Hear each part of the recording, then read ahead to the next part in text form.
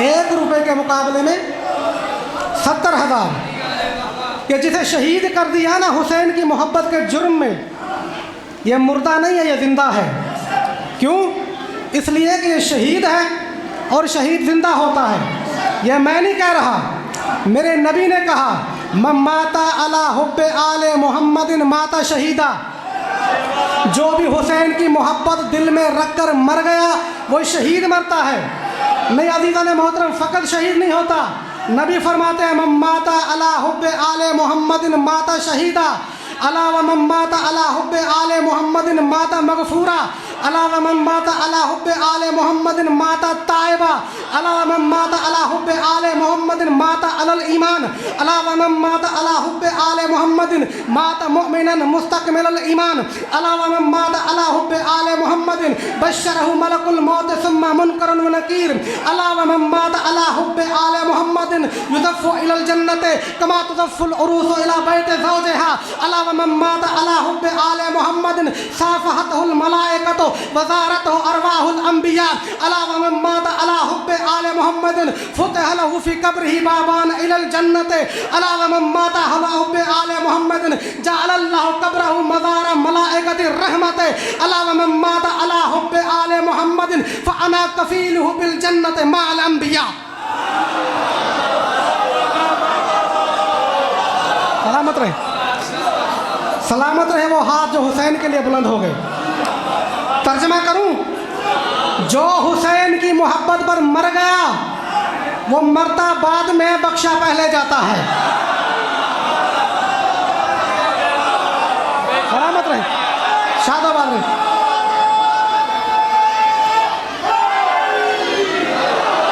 नहीं ऐसे नहीं, गजरी नारा, दोनों हाथ बुलंद करके हैदरी। सलामत रहे। जो हुसैन की मोहब्बत दिल में लेकर मर गया वो मरता बाद में, उसकी तौबा पहले कबूल होती है। अब जुमला कहने लगा हूँ, नबी फरमा रहे हैं जो बंदा हुसैन की मोहब्बत दिल में लेकर मर गया उसे जन्नत में ऐसे लेकर जाया जाएगा जैसे दुल्हन को उसके शौहर के घर लेकर जाते हैं।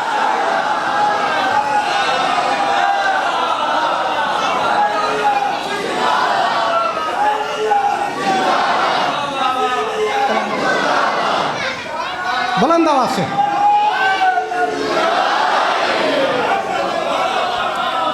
शादो आबाद रहे। जो भी हुसैन की मोहब्बत दिल में लेकर मर गया, आसमान से फरिश्ते नाज़िल होकर उससे हाथ मिलाते हैं। अंबिया की रूहें उसकी ज़ियारत करने आती हैं। नबी फरमाते हैं नहीं, जब वो कब्र में लेटता है तो अल्लाह उसकी कब्र में जन्नत की तरफ 2 दरवाजे खोल देता है। अदादार की मर्जी जिस दरवाजे से चाहे जन्नत में दाखिल हो जाए।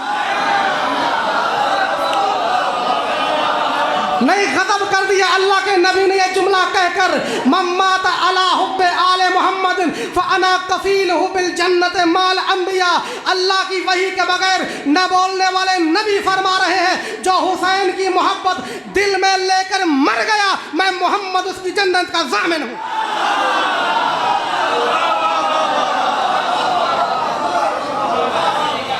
मैं सलामत रहे, मैं मोहम्मद उसकी जन्नत का ज़ामिन हूँ। माअल अंबिया, ऐसी जन्नत में रहेगा जहाँ पर अंबिया रहते हैं। किसी आम जन्नत की बात नहीं हो रही, ऐसी जन्नत में जाएगा जहाँ पर अंबिया रहेंगे। एक सलात पढ़िए बुलंद आवाज़ से।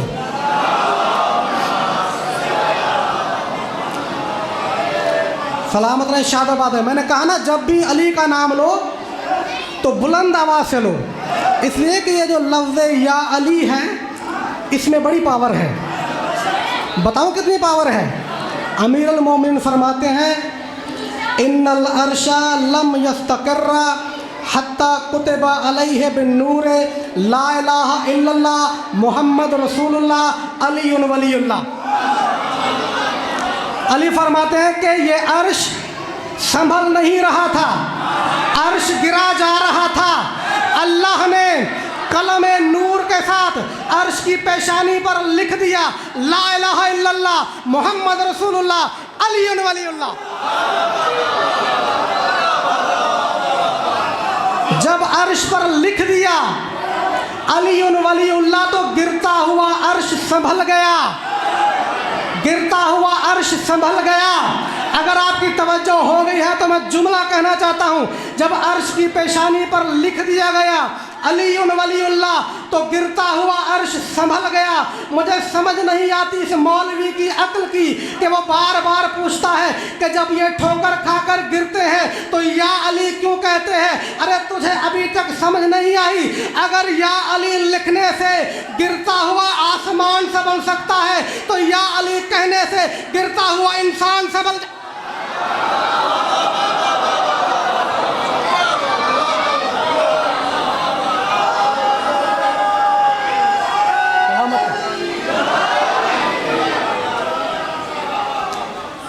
मैंने आयत जो पढ़ी थी मैं उस तरफ जा ही नहीं पा रहा।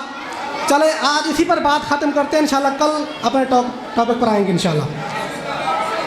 ये जो मौलवी है ना, ये अल्लाह की बड़ी चालाक मखलूक है, लेकिन इस मौलवी को ये नहीं पता कि भाई अगर आप उस फ़िरके के मौलवी हो तो हम इस फ़िरके के मौलवी हैं।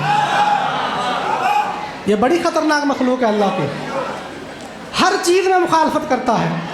गदीर आती है हम हंसते हैं वो रोता है,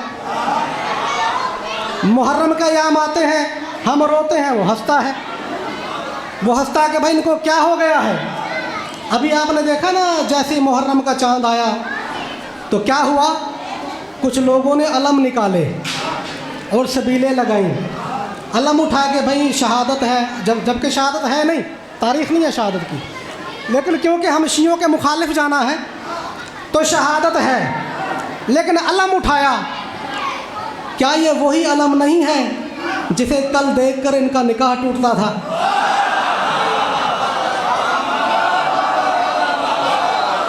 क्या ये वही अलम नहीं है जिसे देखकर निकाह टूट जाता था? आज खुद उठाया हुआ है, वो भी अलम है, ये अब्बास का भी अलम है।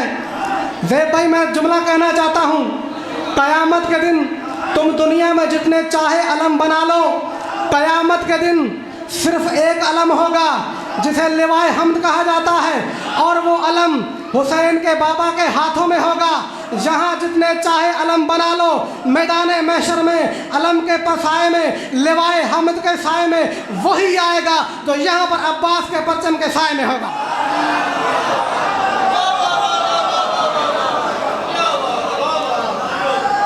हर को नहीं आएगा।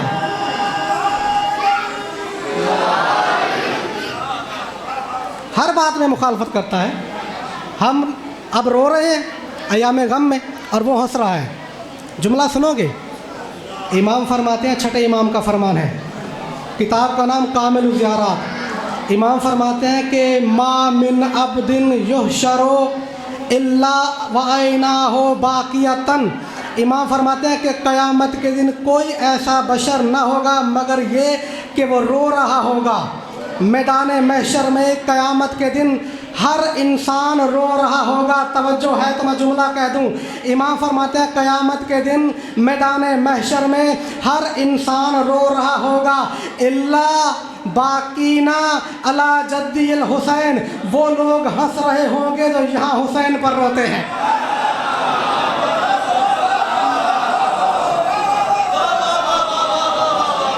हर बशर रो रहा होगा। आज यहाँ तुम हंस रहे हो, कल वहाँ हम हंसेंगे। और जुमला क्या है इमाम का? फरमाते हैं कि इनको खुशखबरी सुनाई जाएगी। ये तो हुसैन के अज़ादार हैं, इनको बिशारत दी जाएगी। अब एक जुमला कहने लगा, एक तशबीह देने लगा हूँ, एक मंजर कशी इन बच्चों के लिए, ताकि बात मैं पहुँचा सकूँ। अगर कोई इंसान सैयद बादशाह किसी कचहरी में बैठा हो ना, और वो वहाँ से उठना ना चाहता हो, तो कोई आकर उसे बुलाए और कहे कि भाई आओ, आपको कोई फलां बंदा बुला रहा है, तो वो क्या कहता है? वो कहता है तुम जाओ मैं आता हूँ, तुम जाओ मैं आता हूँ। अगर वो बार बार बुलाए तो वो बार बार यही कहता है कि तुम जाओ मैं आता हूँ। और कभी तो कचहरी में इतना महव होता है कि मुंह से बोलता भी नहीं, इशारा कर देता है, तुम जाओ मैं आता हूँ। बार बार उठाने पर तंग करे और उसकी महफिल में वो शख्सियत बैठी हो जो उसकी महबूब हो और वो महफिल से उठना न चाहता हो, वो उसे बार बार कहे तो वो गुस्से में आकर कह देता है, यार तेनू नहीं आखे तो जा मैं आया ना। वो गुस्से में आकर कह देता है। अब ये मजमा बेदार है तो एक मैं जुमला पढ़ना चाहता हूँ। क़यामत के दिन इमाम फरमा रहे हैं, बरोज़े महशर अर्श के साए में हुसैन की कचहरी लगी होगी, अज़ादार बैठे होंगे, हुसैन गुफ्तगू कर रहे होंगे, अज़ादार बैठ के गुफ्तगू सुन रहे होंगे, या इतने में जन्नत से फरिश्ते आएंगे और आकर अज़ादारों से कहेंगे, सबकी तवज्जो चाहता हूँ, तारीखी जुमला पढ़कर जाने लगा हूँ। ये हुसैन की कचहरी में बैठे होंगे, फरिश्ते आएंगे, आकर कहेंगे, आओ तुम्हारा जन्नत में जाने का टाइम हो गया है, आओ तुम्हारा जन्नत में जाने का टाइम हो गया है। अज़ादार देख कर कहेंगे, तुम जाओ हम आते।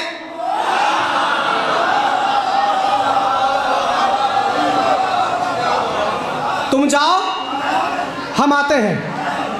ये फितरत है इंसान की।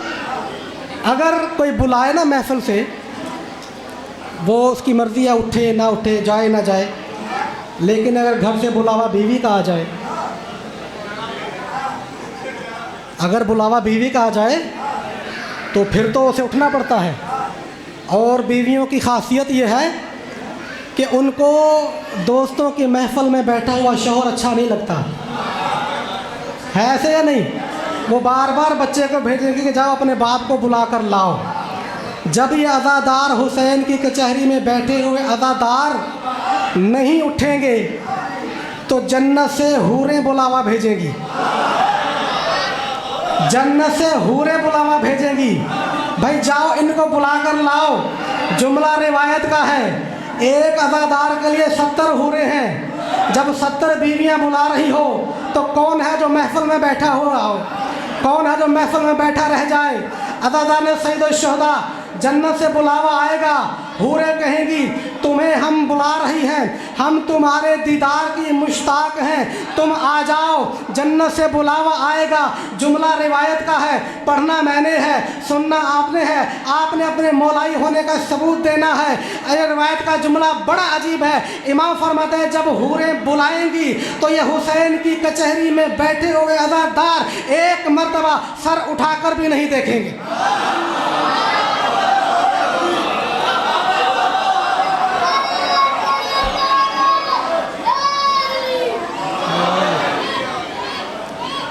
एक मर्तबा सर उठाकर भी नहीं देखेंगे। और कुरान का लफ्ज़ है वसीक़ल्लज़ीना, यानी सीक का मतलब है कि इनको धकेलना और धक्के देना। मैदान महशर में 2 गिरोह होंगे, जिनको धक्के देकर जहन्नम में भेजा जाएगा और एक वो होगा जिनको धक्के देकर जन्नत में भेजा जाएगा। भाई धक्का उस इंसान को दिया जाता है या वो कहीं पर जाना न चाहता हो तो उसे धक्का देकर वहाँ पहुँचाया जाता है, और दूसरा वो इंसान जो कहीं से उठना न चाहता हो उसे वहाँ से उठाया जाता है ज़बरदस्ती। ये अपने अपने मुकद्दर की बात है। यही फ़र्क है मुहिब्बान हुसैन में और दुश्मनान हुसैन में कि क़यामत के दिन दुश्मनान हुसैन जहन्नम जाना नहीं चाहेंगे, उन्हें धक्के देकर जहन्नम भेजा जाएगा। अज़ादारान सैयद शुहदा हुसैन की कचहरी से उठना नहीं चाहेंगे, उन्हें ज़बरदस्ती उठाकर जन्नत भेजा जाएगा।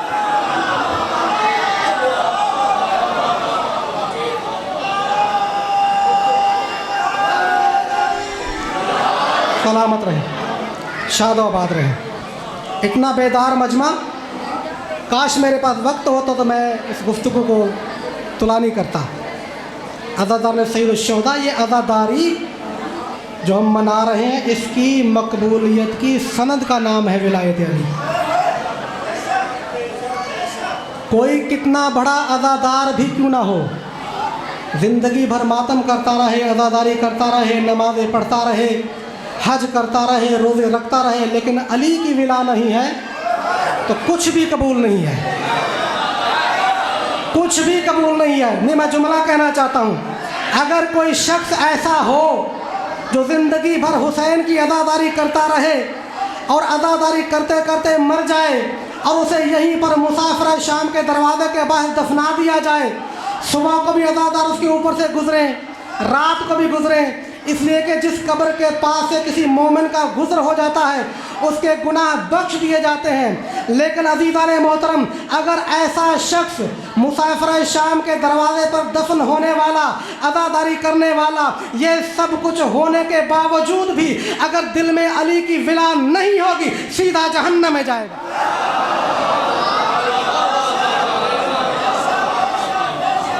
क्यों?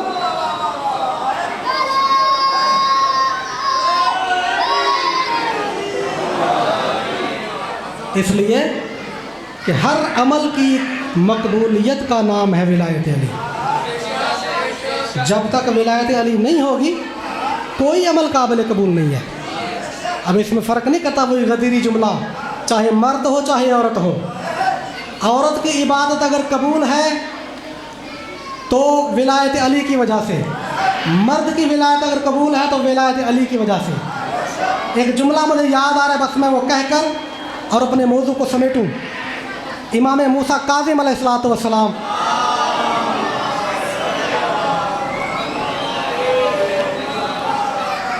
ये जो परेशान है ना हुसैन का दुश्मन कि इन्होंने काले कपड़े पहन लिए, क्यों? इसे परेशानी है किस बात की?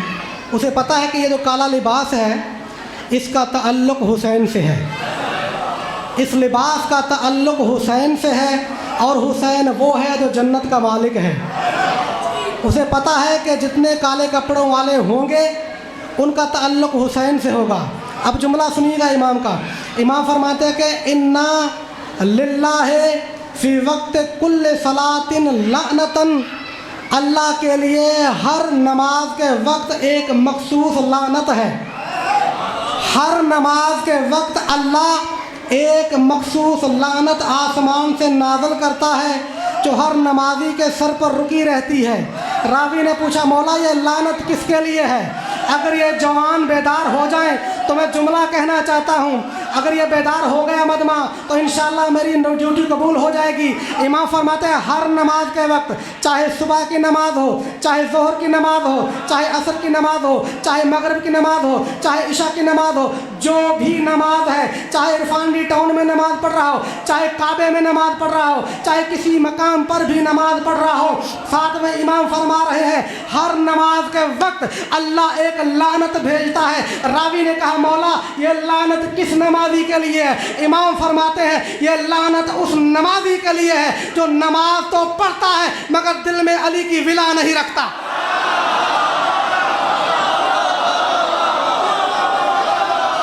सलामत रहे। पीछे से आवाज नहीं आई।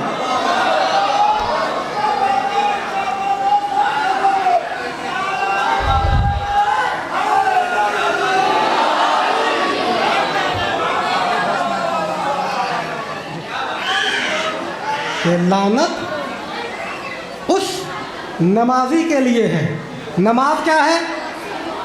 मलंग सही ज़रा तवज्जो करना इधर। नमाज क्या है? नमाज है रहमत, नमाज है इबादत, नमाज है रहमत। अल्लाह हर उस नमाजी पर लानत भेजता है जो अली की विला के बगैर नमाज पढ़ता है। जब ऐसा है तो मुझे जुमला कहने का हक दे दो। मुकर्रीन विलायत अली नमाज पढ़कर रहमतें समेटते हैं, मुनकरीन विलायत अली नमाज पढ़कर लानतें समेटते हैं।